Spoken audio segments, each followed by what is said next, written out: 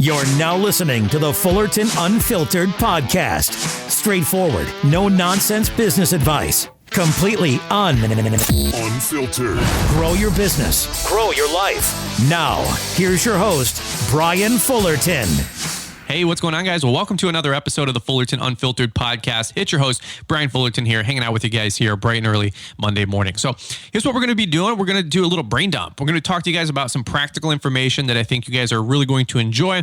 And this is just more information that I've collected over the last week or two between our live event, a bunch of DMs on Instagram, a couple coaching calls. And what I like to do is take what I'm hearing from you guys, take what I'm learning from myself and my own business, distill, digest, and present this information back to you guys that hopefully by the end of this talk, even if it's only 20 or 30 minutes, it gives you guys some real world ammo to go out there and grow a more successful business, make more money, have better profit, less overheads, less hassles. And that's what it's all about. And that's why I love the podcast, because it comes to you guys real time. So I'm not going to do a lengthy intro here because I just want to get into it. But before we do, you guys know that we got to take a sip of water. We got to kick it back over to the best producer in the biz. And that's Marty, Mr. Producer, to bring you guys all the latest and greatest with the podcast. I'm beginning to think I'll be getting a bill at the end of the year from all of these podcast hosts with their adulation. They just keep saying I'm the best producer in the biz. It really is starting to get just a little embarrassing, although it was nice to receive the 2020 Raisin Award from the Podcast Academy, seeing as how I'm going to be raising my rates if these jokers really think I'm that good. Have you thought about hiking your prices for 2021?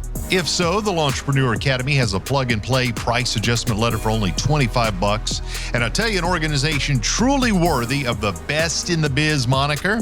That's our friends at the GIE, and we want to thank them for sponsoring today's show. Are you ready for GIE Plus Expo? What? Yes, GIE Plus Expo is coming to you now. It's GIEExpo2go.com, your new online connection to hundreds of new products, industry resources, and solutions to help you grow your business. GIE Expo to Go is packed with your favorite exhibitors' latest innovations, demo videos, event links, and more. Plus, you can set up your own My2Go show planner to gain exclusive access to show specials and discounts. Test yet? It's all free. So what are you waiting for? Go to GIEExpo2go.com and start exploring today. Lawns, lessons, and live. This is the Fullerton Unfiltered podcast. Now, your host, Brian Fullerton. All right, guys. Well, thanks again to Marty, Mr. Producer, for bringing us all the latest and greatest with the podcast and giving us all the updates, the reviews, the show info, the show sponsors. Couldn't do it without him, and also couldn't do it without the show sponsors. So here's what we're going to do is I wanted to talk a little bit more about, I just wrote down a couple notes. We're just going to do a little brain dump. I'm just going to rip through this stuff.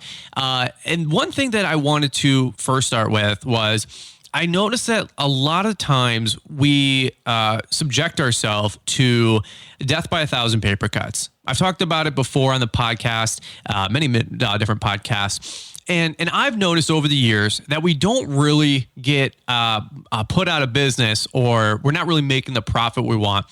Not because of like some gigantic 2x4 that like clocks us upside the head and we go, oh, wow, I didn't notice that $5,000 bill or that $10,000 loss or hit.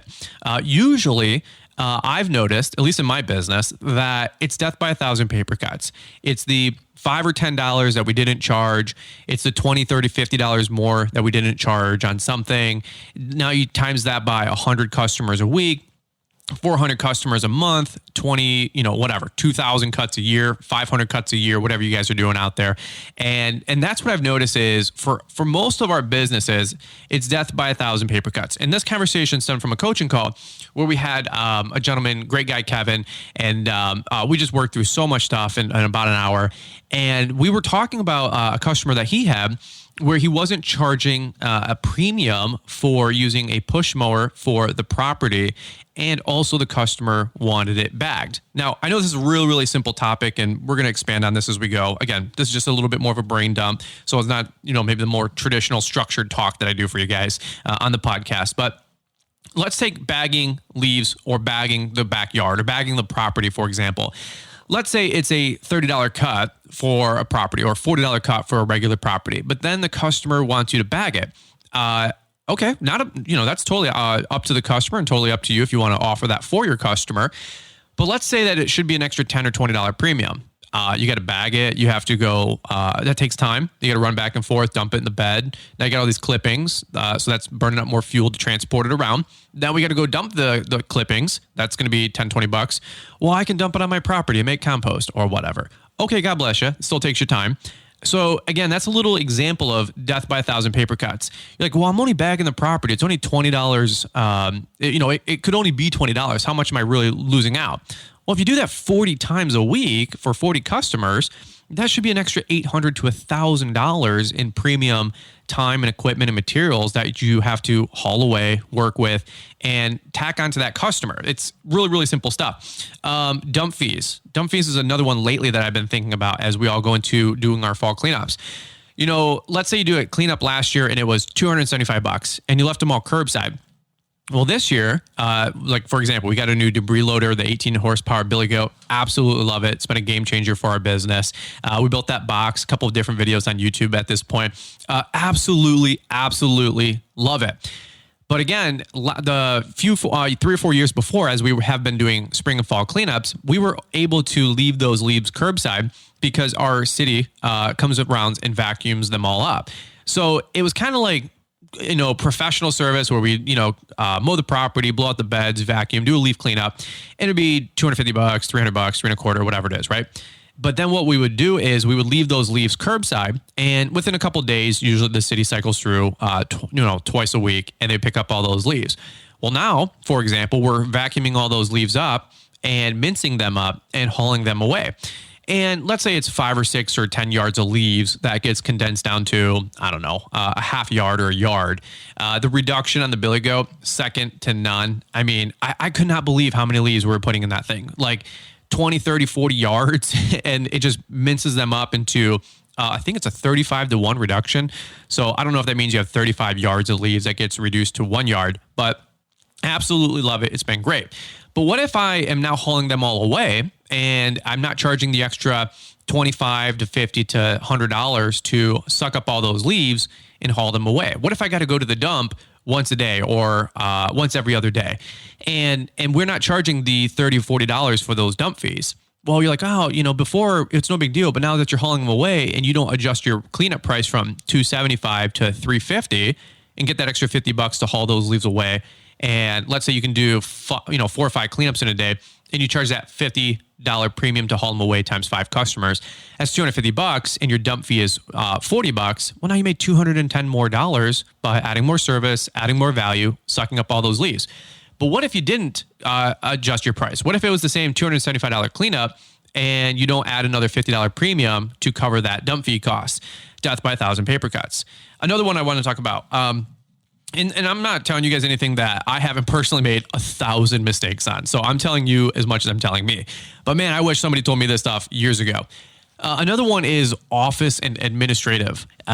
This was something that I heard somebody else talk about, maybe 2 months ago. And it was actually a really illuminating point. And they said, well, who's paying for your office time? Like, let's say you're going out there in the field, you're mowing, you're doing landscaping, you're fertilizing lawns. And that's 30, 40 hours a week of like actual productive time. But then you come home and you got for every 8 hours of work, I usually have about an extra half hour to hour of paperwork. Bids, quotes, estimates, emails, the whole deal, right? Just like you guys do. Well, who's paying for that extra hour in the office? And here's what I want to also present to you is, imagine if you had somebody on staff that you were paying to do those services, right? Imagine you had somebody in the office, 15, 18, $20 an hour that you had to pay to do the same work that you eat the cost on. This was like really, really good stuff for me about 2-3 months ago. And it really started to make me evaluate how I do my commercial properties as well. Like the minute I get an email or a phone call from a prospective commercial client, dude, the clock starts ticking. Well, we need to be making money on that job. Like this free estimate thing, I get it. We all do it. But it's free for the customer. It's not free for me to do it. For me to prepare a quote, for even a snow quote, it still takes, when you add it up, probably about 2 hours between going to the property, doing the measurements, lick and stick, trying to figure out some formulas and some numbers, try to get it as accurate as we can. And then to build the contract out, I use the template that we have available at lawnpreneuracademy.com for commercial lawn and landscaping. And then we use Bedell's for snow. Well, even to use the template, it still takes me an hour and a half to like plug and chug the numbers, make sure it all makes sense. I always like email it to my wife. Hey, can you just proofread this? Make sure like my spelling doesn't look like a fifth grader wrote this out. Cause my grammar and spelling is not the best. Maybe like some of you guys. I get it back from my wife an hour later. She says, yeah, this looks good. Send it. So I send it over. I email the customer back, blah, blah, blah. Well, just to go bid a commercial site, lawn, snow, whatever, we've got 2-3 hours wrapped up into that project. Let's say you're paying an office person $20 an hour, whatever. Okay. That's $60 to $65 in cost that we need to factor into that property, right? Like somehow that cost has to get baked in there. Why are we not charging some type of cost or premium on our mowing service, our mulch service, our landscaping services? Somewhere in the company, we got to bake in the administrative overhead cost. And what I've noticed is that as my company was smaller, I would eat those costs. I would take the hit because after all, I'm owner operator. It's not really costing me anything. That was my mentality. It's not costing me anything because I do this at 10 p.m. at night. Well, the reality is that somebody's working your business at 10 p.m. at night. It's you. It's you punching your own clock for an hour and you are working in your office. And I would say that most of us right now probably spend 5 to 10 hours a week running the administrative side of our business. And I would venture to say that probably less than 10% of us are actually charging or covering that cost in some way, shape, or form with the services that we're doing for the week. For example, you do a 12-yard mulch job, maybe you install it for 100 yards installed, $1,200. Okay, well, that's the job. That's the materials, the labor, the cost, and you're factoring your overhead in for the business. But is that overhead also factoring in the admin, the quoting, the time and back and forth with the email, the customer service for that phone call? For me personally, I've started to bake a lot of these fees in, like another one, the credit card processing fee. A lot of you guys ask, like, do we charge it? We do not, because I don't give my customers any other way to pay than a charge card on file. So it's not really a convenience fee for them. It's a convenience fee for me. However, at the same time, it still costs me, like 29 cents and 30 cents and 2.9%, whatever it is from Stripe and Yardbook. By the way, so many people get so lost in the weeds between what this company charges or that company charges. It's like 0.25%, 1%. Look, the bottom line is, let's go charge an extra $1, $3, $4 premium to take those cards. If you do a landscape job and somebody, it's $1,200 and they want to pay via credit card and somebody wants to eat 2-3% of that as a Stripe or a Square or whoever, well, just make sure you're charging an extra $25 or $50 to cover that credit card fee. In fact, like my prices are going to go up next year, 10 to 12, 15% on every customer we're doing, because I want to start recuperating. I don't know if that's right. Recouping the, $3,000 to $6,000 a year that we do in credit card processing. I don't mind eating that cost the last couple of years, but I'd still like to get that $3,000 to $6,000 back to my bottom line. Now, there is a cost of doing business, right? If you go to the grocery store, they don't eat the fee, right? Believe it or not, like that price is somewhere baked into the price of the food you're buying. It's always like, well, I'm getting free shipping. No, you're not getting free shipping on a private website. Somewhere along the way, that cost was baked in when you go buy your Nike shoes, right? They know that it's going to cost them $6 to do a flat rate ship. So they already baked that in there. They're just giving you the free shipping for $120 because they wanted to make a certain amount of money on that transaction, right? Why don't we do the same thing? So here's the topic that I got so far. Death by 1,000 paper cuts. Let's start charging for the bagging. Let's start charging for the premium of using that push mower or your stand-on mower. That's $9,000 for that gated backyard. Dump fees, office time, emails back and forth, preparing estimates. This is all stuff that we were talking about on a coaching call. He's like, well, how do you charge for that? And I go, look, I don't have an exact formula because I don't want to sound like we have it all figured out. But I will tell you this, $10 here, $20 there, $30 here, $5 for this, $20 for that. You're not nickel and diming the customer. What you're really doing is making sure that you don't get nickel and dime. You do not want to spend 10 hours in the office a week. And because it doesn't cost you anything because you do it, I mean, we can go 100 different ways on this. If you have somebody on staff, 10 hours a week at $20, that's $200 a week that somebody should be recuperating that cost, right? Or recouping that cost. Also, the alternative is, and this is like the way more cringe way of looking at it is, what if you weren't in the office 10 hours a week and you were doing $100 per hour work or $400 per hour work in production, and you could have brought in another, 10 hours at $100 is $1,000, and paid an office person $200, and you could have netted the $800. So it is costing us at a bare bones $20 for the replacement of an employee to do it, but also $1,000 in production if we don't go do it ourselves.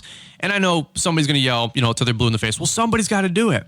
I agree. Like right now, I still do all my office work and my admin and all my invoicing because that's the most critical part is the getting paid. Besides doing the work, the other one is getting paid for it, right? So somebody does have to pay attention to it. I don't mind getting my time wrapped up in it, but we got to make sure that I'm still getting compensated to do it. And whether that's $50 an hour just to cover like my own cost or $100 an hour, because that's what I want to be making. So you know what? Everybody's price, we build out 100 customers. You know what? Everybody's price is going up $1 just to cover my time for that week to, whatever. You guys get what I'm saying? So like, let's start baking some of these costs in, some of these fees, start creeping up some of these prices. That was another one that we were talking about. And again, this is just brain dump. This is just stuff coming out that is like, I hope practical for you guys. Hopefully this is well received. It's the cost of lawn care and maintenance work and fertilizer applications. Like a TruGreen was doing fertilizer apps 15 years ago for $35 and $40. And many times today, it's still $35 and $40. And so people throw lawn care under the bus, like a $25 cut 15 years ago is still $25 today, when it should be $40. Hey, no offense, so is FERT. I mean, TruGreen was doing like $32 apps, $40 apps, and today it's still $32 and $40 apps. We all need to start raising our prices. And you know what? If some people don't listen to the podcast and they don't want to raise their prices, that's fine, but I'm not going to be that guy. I don't want you guys to be that person because everything has raised in price. And who knows what's going to happen the next 4 years with the cost of fuel, the cost of oil, gas, all of our product, fertilizer. It's going to go through the roof. So start bumping these prices up $2, $4, $5. I love the rate adjustment letter that we have, the rate adjustment letter that Paul Jameson has. They're $25. Maybe you're not Mr. Sales Guy or super slick, or maybe it's just tough and you don't want to have those conversations with those customers. I've been there. That was probably my first 10 years. I don't want to raise the rate. Look, get the letter, fill out the template, and then mail it off snail mail with your lawn agreements, your contracts, your preseason agreements, or just, or if you want to call, at least you have like a kind of like a script to go off of. Look, it's $25. And if you raised everybody's price by $5 and you get 100 customers, again, let's not get lost in the weeds here, but it's going to be on pay for itself. But let's start creeping those prices up. What else do I got written down here? I said, imagine if somebody's on payroll. That's something that I've been thinking a lot lately as I hired Rob more full time. We have another guy, David, that just started with us, who I'm looking to keep on for a while. Imagine if you had to put somebody on payroll for $15 an hour or $20 an hour. That's what I've been starting to really, really look at things as we continue to grow. Like I'm still growing my company just like you guys are, right? And I'm noticing like, ooh, before we never charged for that, but now I got to send out a guy to do that. Ooh, like we need to make sure we're charging appropriately. For example, we have all of our snow contracts back and our snow pricing, but did you guys charge a premium to cover the snow stakes that you got to purchase in the contract for that client? I was just at a huge mall down the road by us, outdoor space. And I noticed all these pink snow stakes. They look like the Plowright ones, but they were pink. And I'm like, I bet you that's Troy Clogs. And as I was there, I was eating some Cold Stone. I noticed there was about 500, at least 500 stakes throughout the whole property. Every 20 feet, there was another stake. Okay, and I'm thinking to myself, 50 cents each, at 500 of them. That's what, $250 times 200 sites that they might manage. I'm like, this guy's eating $25,000 or something like that. It could be $5,000, it could be $50,000 just in snow stakes. So like, again, we bid the snow. We know our profit on the snow. We know our profit on the salting. But did you bake somewhere in there the, $250 to stake the property or the $25 to stake the property? I don't know. That's stuff that we got to start thinking about. Also, who put those snow stakes out? right? It's this death by 1,000 paper cuts thing that I want us to start kind of paying attention to, be mindful of.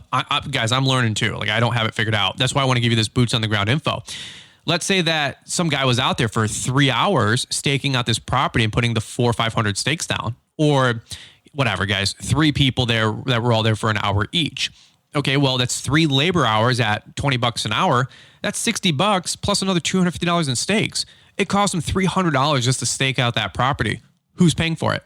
By the way, then there's an office lady that's got to get paid an hour to send out emails, send out route sheets. Somebody had to go pick the stuff off the warehouse. Somebody had to go load up the truck. Then there's the fuel going there, the fuel going back, the time going there, the time going back. You know, you're like, oh, it's just staking out a property.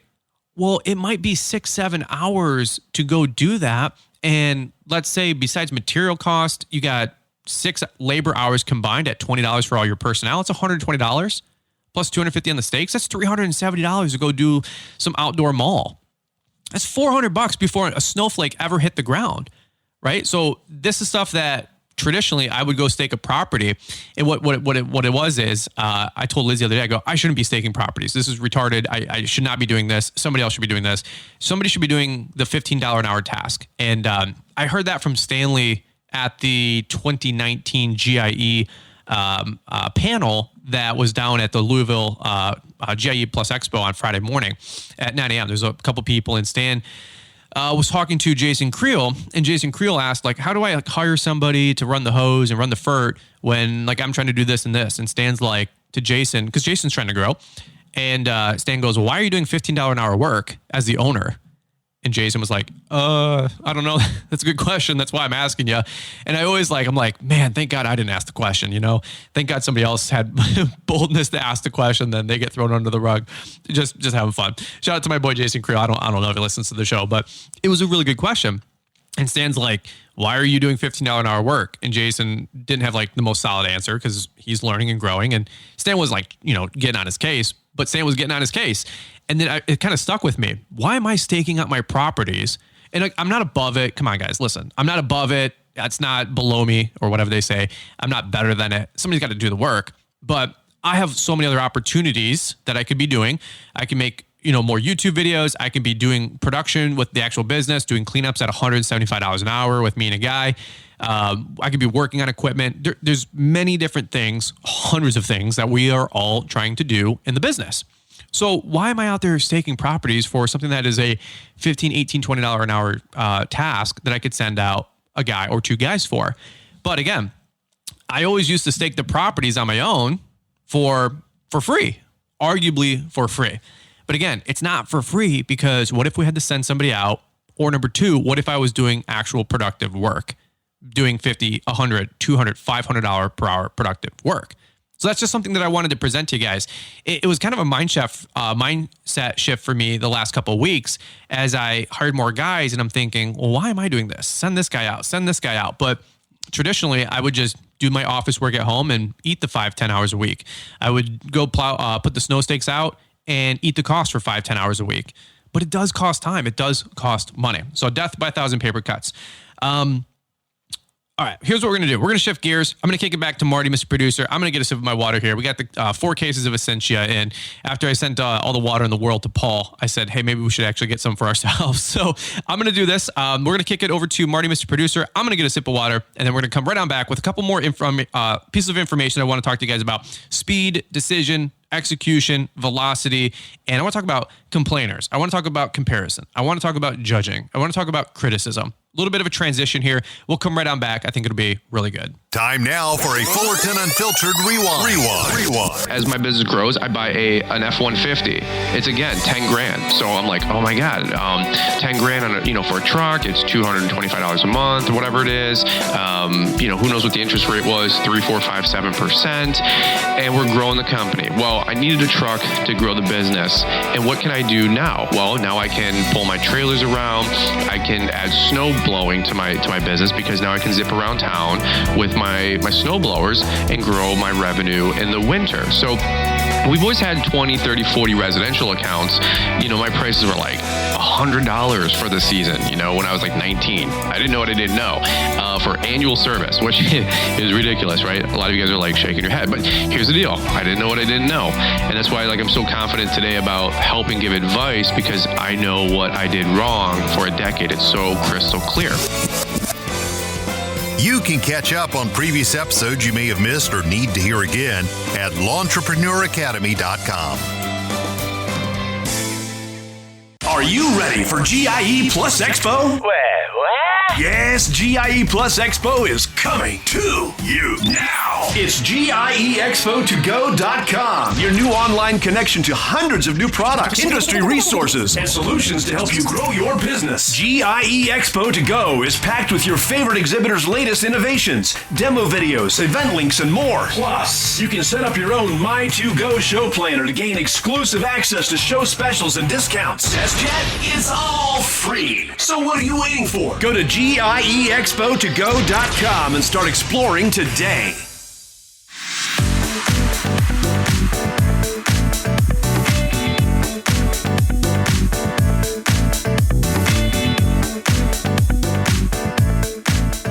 All right, guys. Well, let's jump right back into it.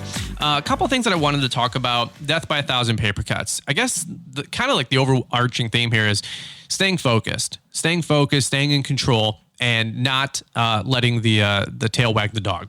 So here's a couple things that I've also have seen slow us down as we're growing our company. And this is a little bit different than the first half of this talk. We'll talk about speed, making decisions, execution, and velocity. I feel that something that robs us a lot of our productivity, our profitability, and our focus is actually a lot of internal stuff that we all deal with.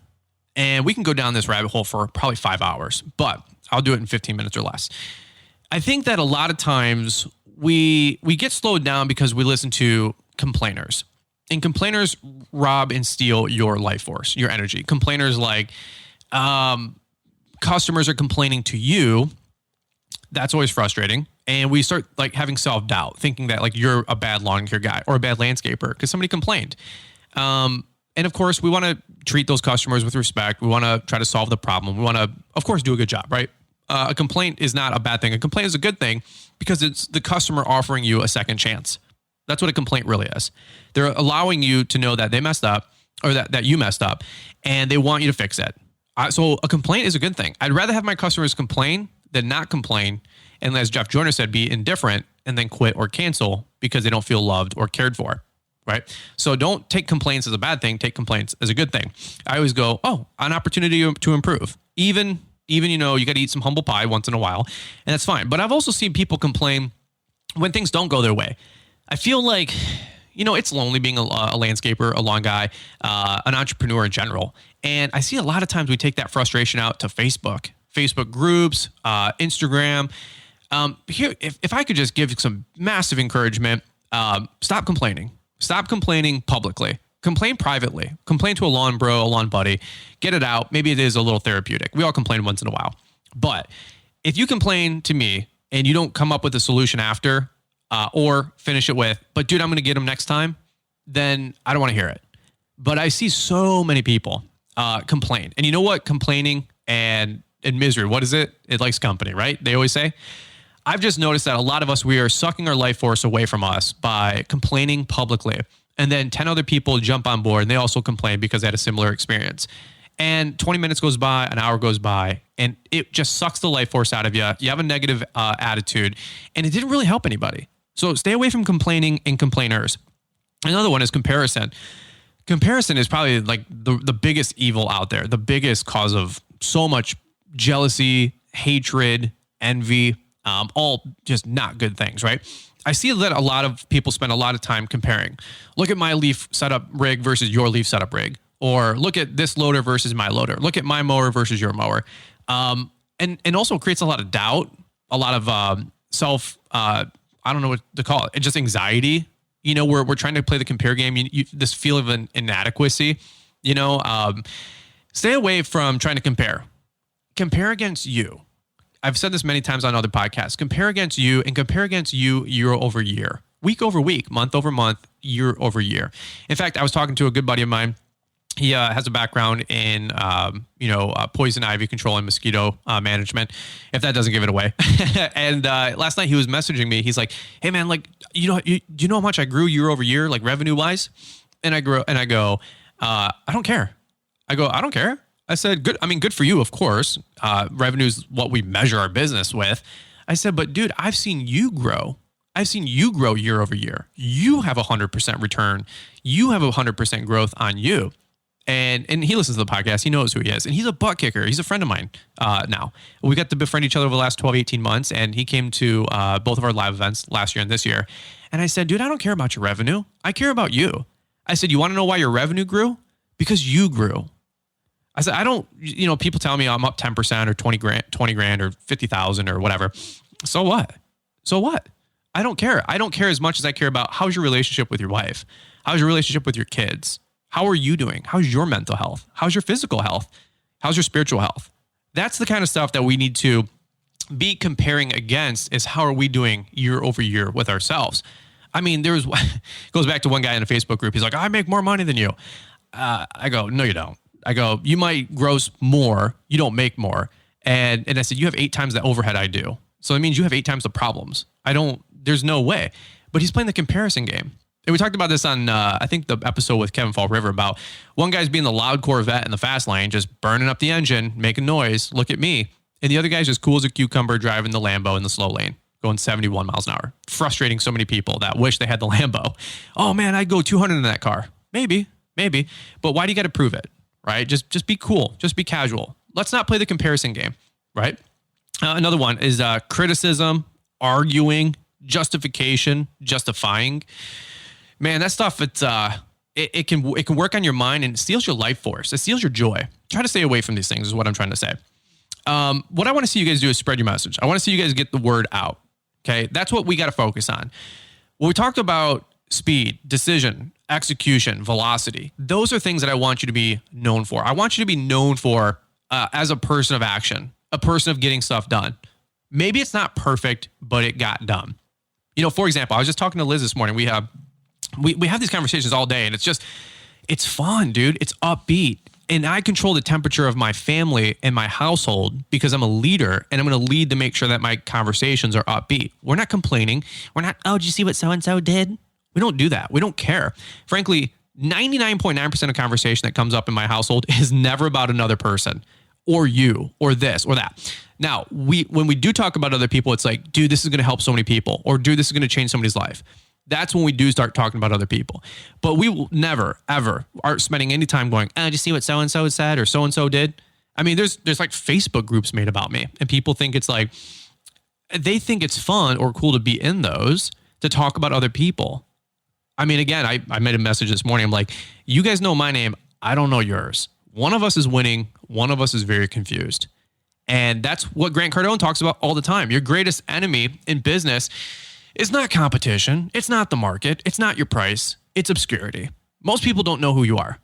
And you think you're trying really hard, and you probably are, but still nobody knows who you are.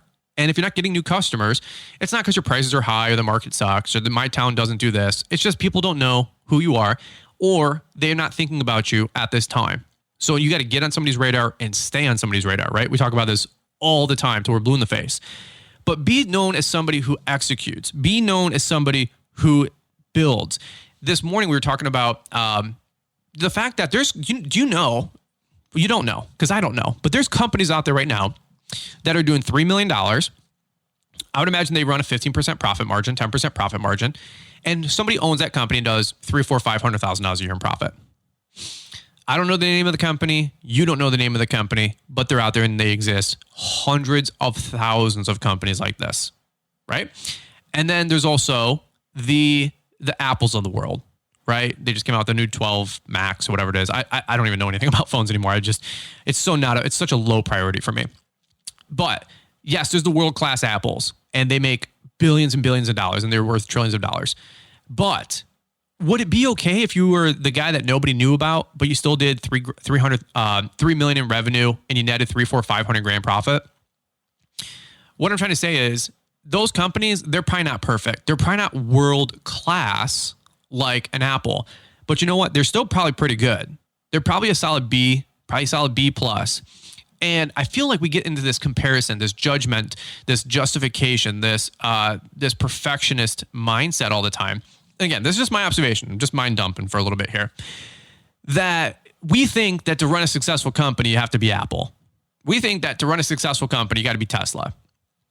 I will say that there's companies out there ran by people that are much dumber than you, that do hundreds of thousands of dollars of more in revenue and profit.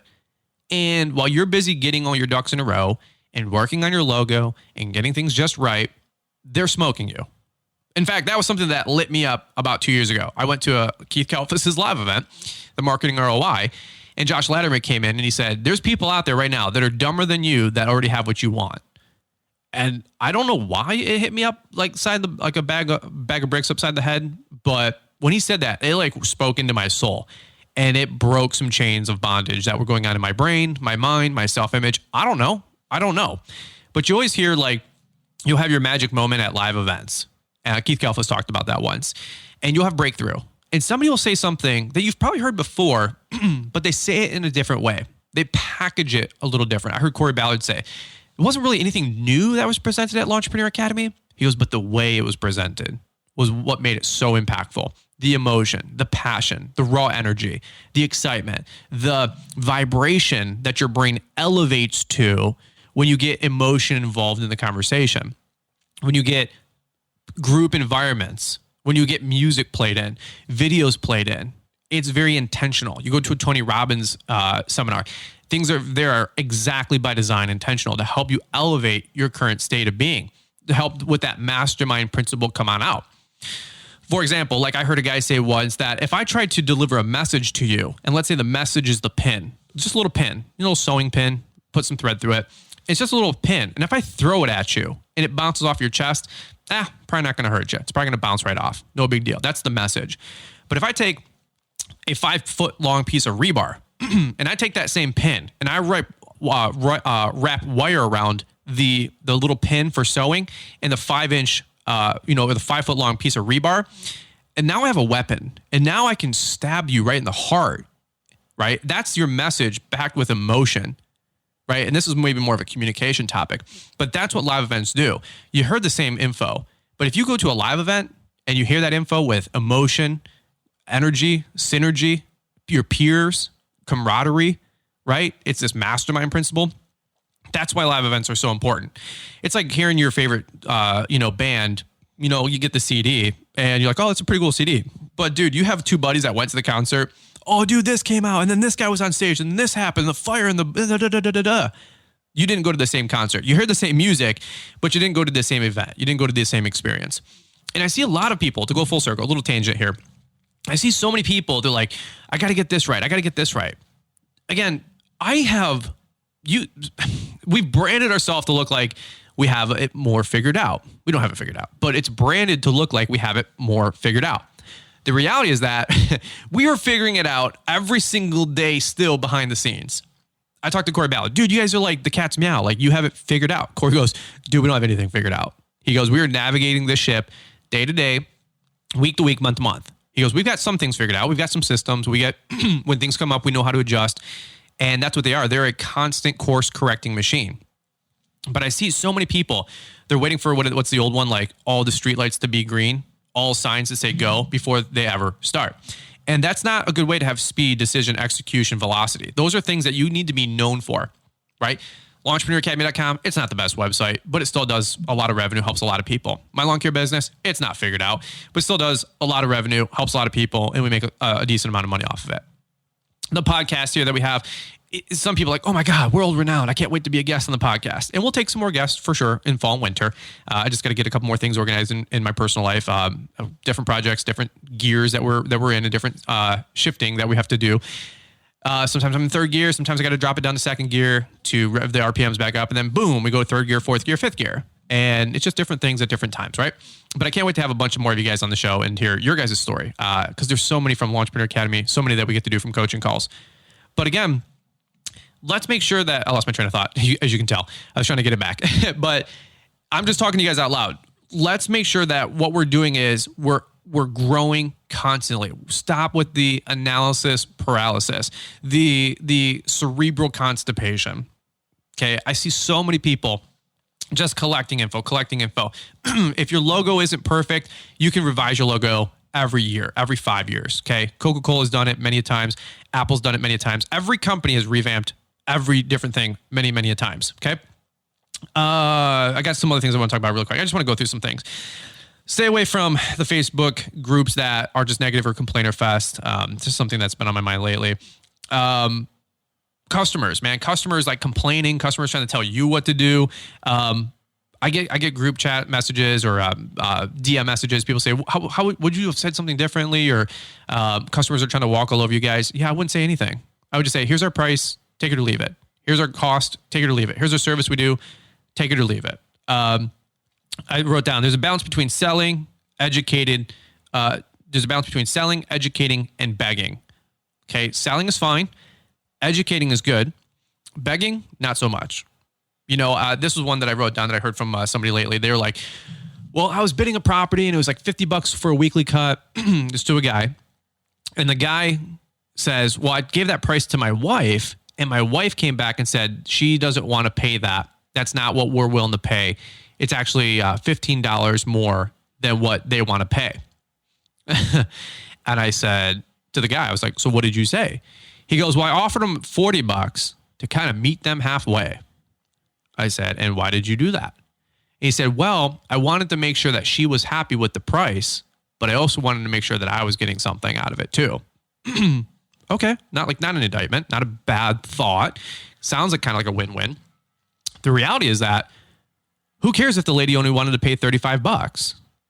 Like, this is business. This is just real life. I mean, I know it sounds really, really simple, but so what if she only wanted to pay $35 and it was a $50 cut? She can't afford it.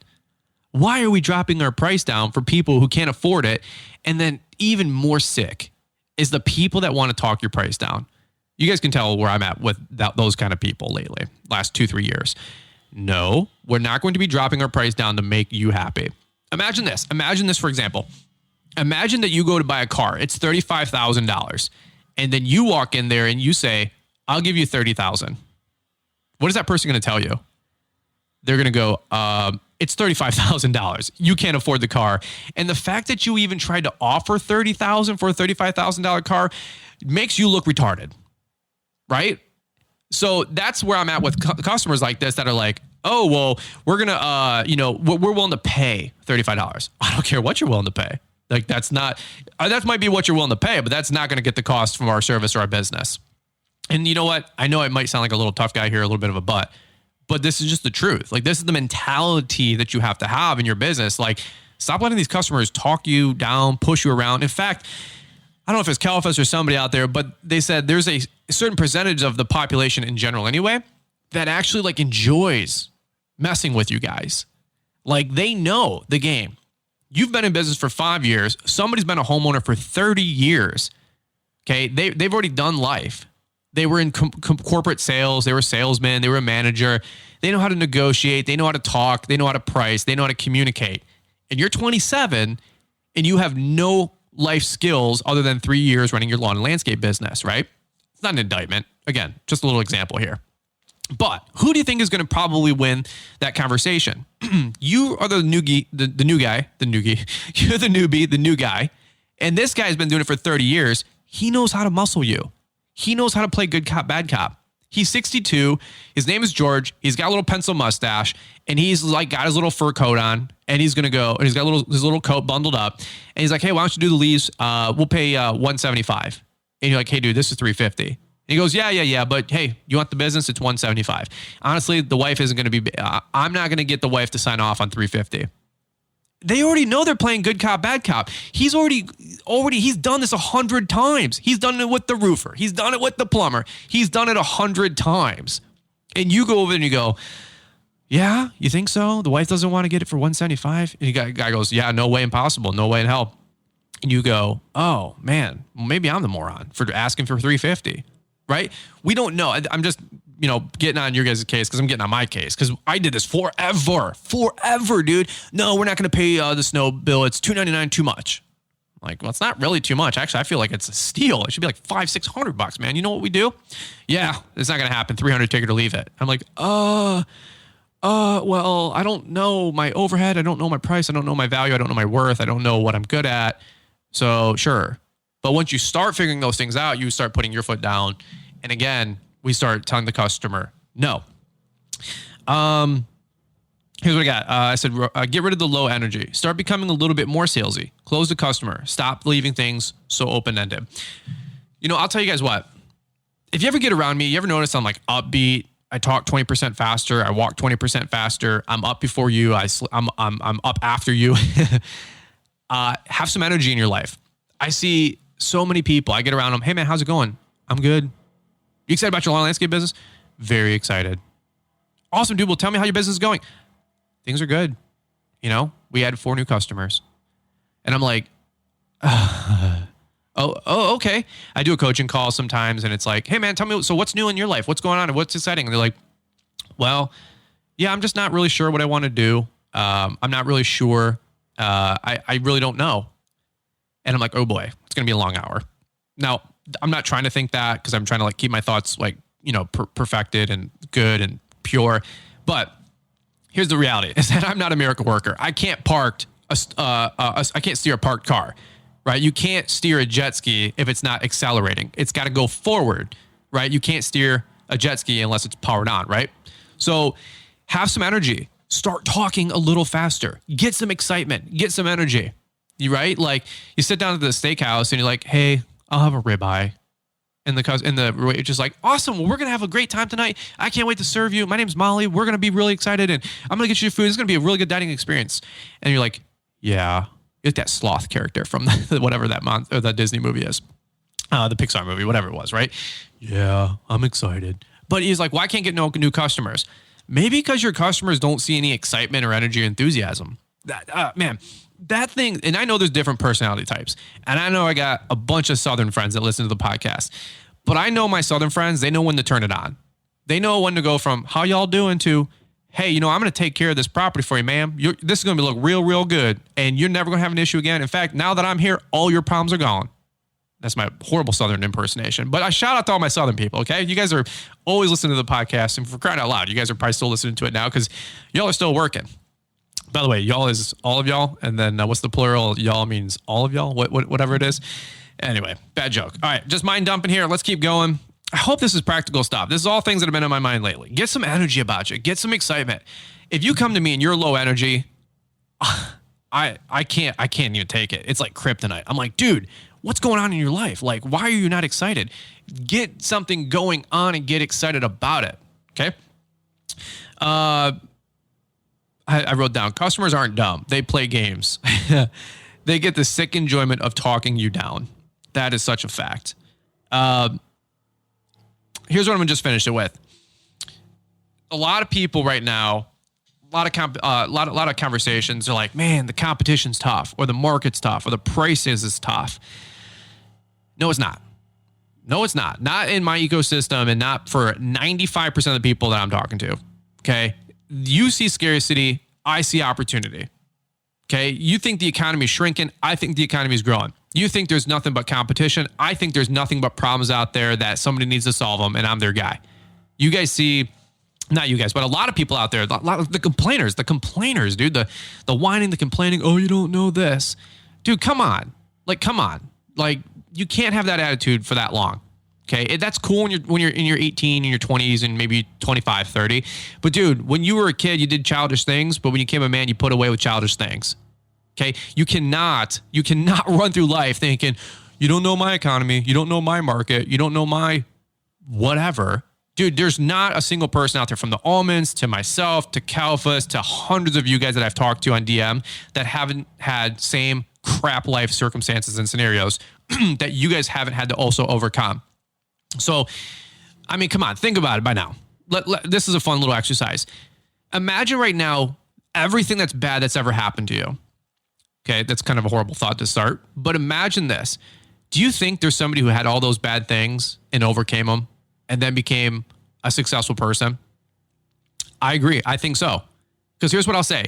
The guy that's a paraplegic, there's a motivational speaker paraplegic. The guy that got paralyzed because he fell off a ladder, there's a guy that is an author that's also paralyzed. The person that had divorced parents, I had divorced parents. We're trying to become more successful. Okay. Something bad happened, traumatic situation, health challenge. I can introduce you to hundreds of people that have successful businesses, lawn landscape and otherwise, that have overcome health challenges or still deal with health challenges, but they overcome anyway. Right? There's a single mom that I guarantee you started a business and made 6 and 7 figures within a few years, maybe 10 years or less, right? There's a single dad out there that's got 3 kids. It's tough, dude. It's really tough. I'm not diminishing any of those struggles, but there's somebody out there that was a single dad and they succeeded despite all the circumstances. Somebody who didn't go to college, somebody who graduated college, somebody who had cancer, somebody who had prostate, issues, that they had to overcome. Everybody in life has already had the same struggles you've had. And it sounds tough because when you're going through them, you're like, dude, you don't know how bad it is for me. I get it. I've been there. A lot of us have been there, but somebody has already been there and overcame. They use it as a reason, not an excuse, right? Let's continue to grow. Let's continue to crush it. Okay. I see nothing but opportunity everywhere around us. And you read almost any success book like Think and Grow Rich, and it talks about a success conscious. And what does that mean? It means you're open for business. You're open for opportunity. Before you can ever have success, you have to start thinking about success. And then your antennas go up. And then your little boop, boop, boop, boop, boop, boop, your little radar, your little antenna starts attracting that stuff because success goes, oh, well, I need to go into somebody's pocket. I need to go into somebody's life.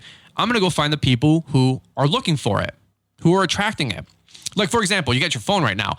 What you don't know is that there's signals going in and out of that phone. You can't see them. You can't touch them. They're not material. You can't see them. But inside your room, your car, on your phone right now, you're in the backyard of somebody's property doing leaves, blowing against a tree right now. But there's a signal going to your phone right now. You can't see it, but it's there.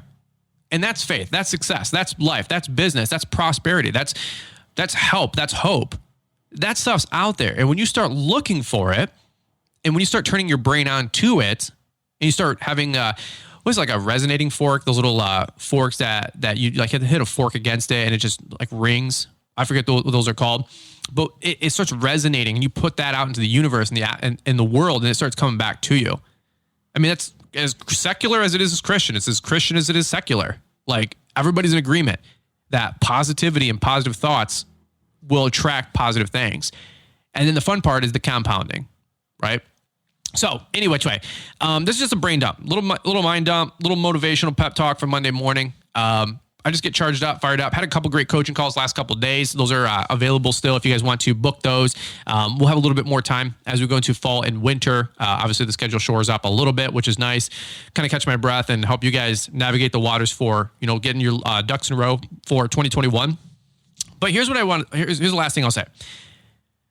Be known as a person who is a doer. Be known as a person who executes. Be known as a person that can make a decision. Like you ever get around a family member, man, that guy can't make a decision for his life. You go to a restaurant, waitress asks, what do you want?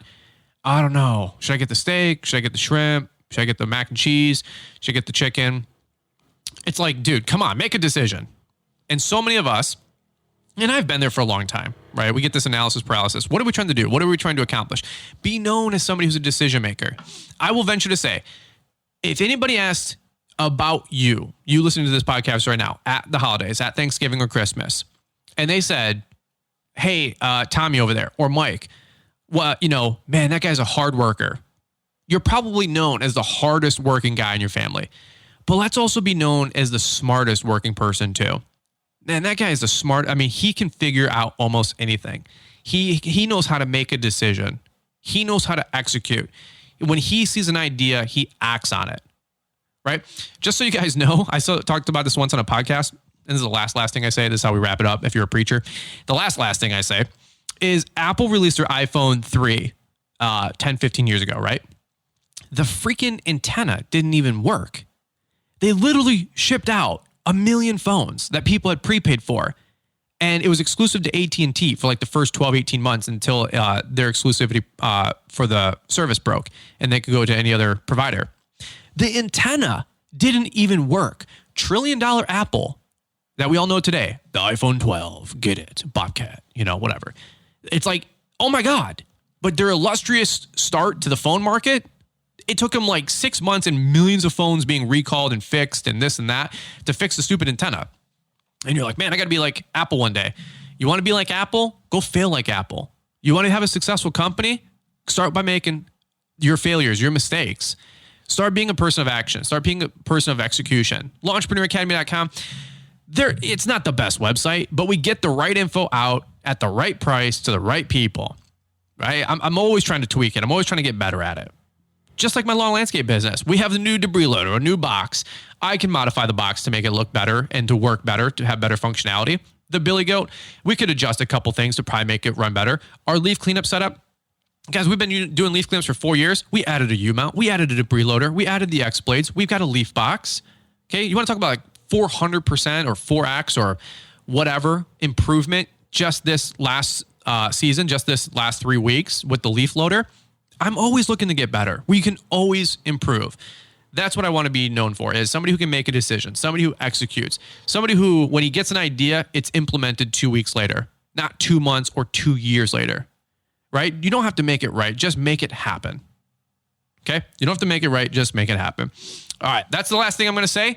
This is your Monday Brain Dump. A little bit different topic. I know I'm all over the place, but you know what? Just this data that I've accumulated over the last 2 weeks. And I want to make sure you guys have something, some mind meat to munch on as we go into Monday. I don't even know what I just said there. So, all right, let's kick it over to the best producer in the biz. And sincerely, it's not lip service. Marty, thank you for quarterbacking the show. Monday, Wednesday, Friday. We couldn't do it without him. I know he was probably the 7th most requested person to have at our live event. Where is Marty, Mr. Producer? And you know what? He said on one of his previous podcasts here, I think just last week, that maybe we'll get him up to the show in 2021. All right, over to Marty. We'll catch up with you guys on the next one. I am still scratching my head. Some mind meat to munch on? Where do you come up with this stuff, Brian? Well, have you ever wished that you could have Brian's undivided attention for an hour just to talk about your business? You can. You can book a one-on-one coaching call with Brian. It's a full 60 minutes. Ask any question about any topic that you want to talk about, and you'll get personalized answers. If you've got urgent questions, he can help you out with that. If you're just not sure what to do next, maybe your business is growing, but you need to keep from plateauing a little bit, or you're just stuck with a bottleneck in need of a soundboard, somebody that can give you some options, I encourage you, make the investment into yourself by getting the answers that you need. Schedule that coaching call today at launchpreneuracademy.com. And thinking of all of this mind meat has me a little hungry. So over and out until Wednesday's show. Thanks for hanging with us today. Thanks for taking the time to listen to the Fullerton Unfiltered podcast with Brian Fullerton. We hope you enjoyed this production. If so, please consider leaving us a 5-star review for the show. While the techniques and ideas presented here are designed to help you grow a more successful and profitable business, no one can guarantee these results for you. We want to emphasize that entrepreneurship is not easy, and the ideas presented here are just the opinions of Brian Fullerton and his respective guests. No one can guarantee success for you. That being said, we hope the ideas presented here help you and motivate you to go on out there and crush it with your own business. Fullerton Unfiltered Podcast. Thanks for listening, and we hope to see you on the next episode.